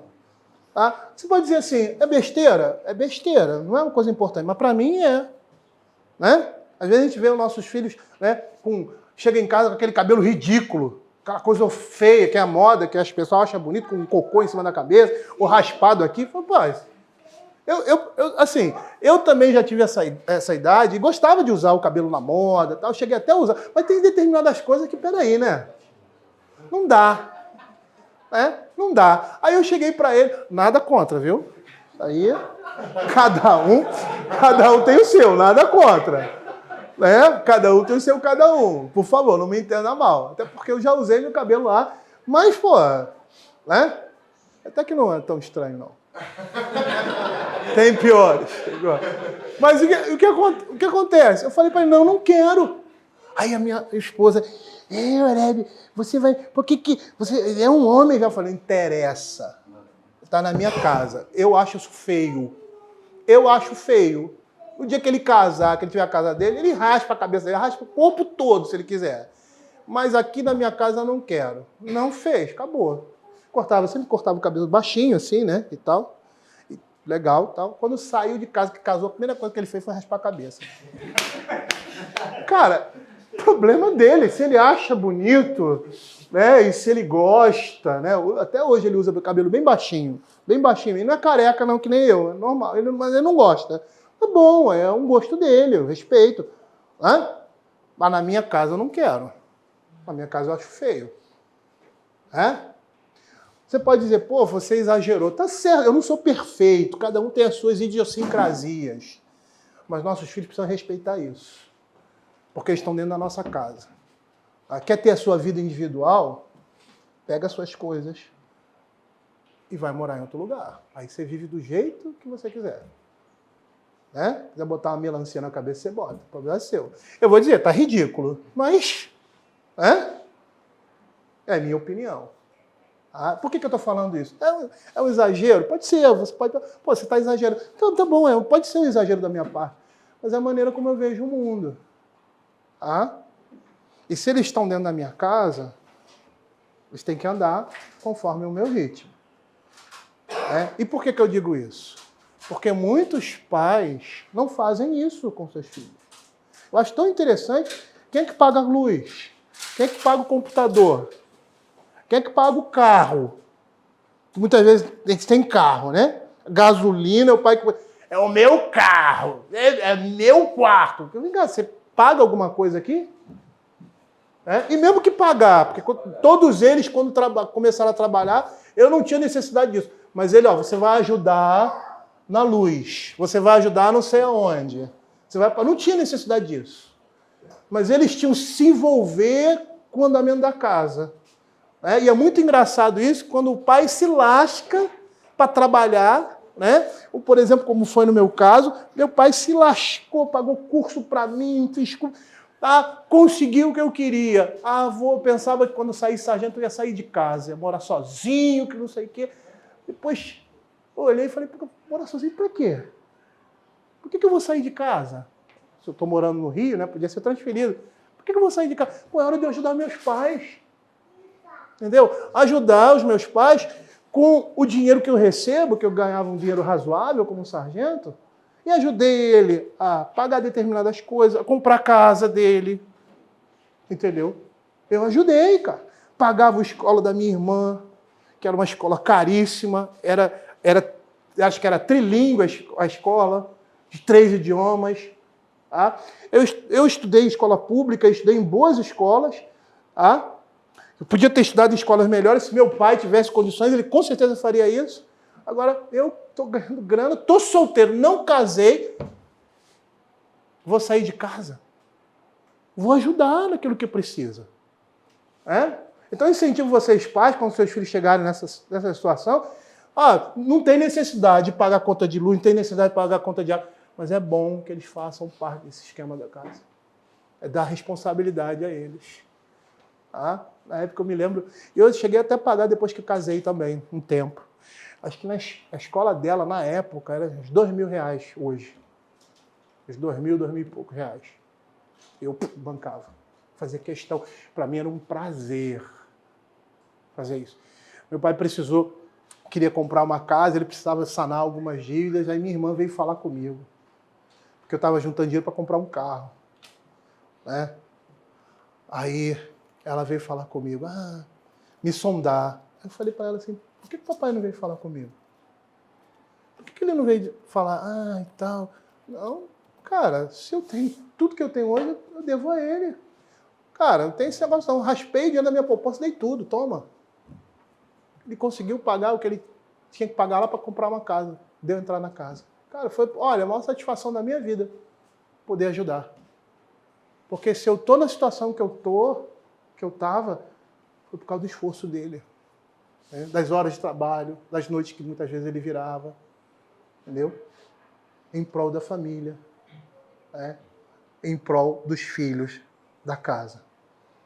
O mínimo que eu poderia fazer era ajudar. Quando eu saí da casa, eu continuei ajudando até um certo tempo. Mas aí depois também eu não pude mais, também ela não precisou mais. Agora você tem um outro ambiente, a prioridade ali é o seu lar. Mas, cara, se não for assim, e é dessa forma, eu creio, que o Senhor nos chama a agir na vida familiar. Eu contei alguns exemplos meus aí, que servem como exemplo, não normativos, mas como princípios que a gente aplica na vida da família, e que você pode ter os mesmos princípios e aplicar isso de forma diferente, até porque o seu contexto é completamente diferente do meu, mas o que a gente precisa saber e ter como fundamento são esses princípios. Eu gostaria de terminar citando uma fala de J.C. Riley, que ele diz assim a respeito disso. Só temos que fazer o que nos foi ordenado, como servos do casamento do Caná da Galileia. Encher as talhas de água e podemos com segurança deixar o Senhor Deus transformar a água em vinho. Vamos orar? Vamos. Senhor, nós queremos te agradecer, ó Pai, pela tua palavra. E queremos te pedir, Senhor Deus, que o Senhor esteja nos dando graça, Senhor Deus. Nessa caminhada, Senhor Deus, que é tão gloriosa, Senhor. E, Senhor Deus, é algo apaixonante, Senhor, nas nossas vidas, que é o caminhar em família. Que o Senhor esteja, Senhor, dando amor, dando disposição, dando sabedoria a esses homens, para conduzirem os seus lares, ó Senhor Deus, com o amor de Deus, com o cuidado de Deus e com a sua preservação na vida dos seus filhos, como Deus faz conosco. É em nome de Jesus em que nós pedimos. Perdoa, Senhor, os nossos pecados e nos aperfeiçoa. Em nome de Jesus. Amém.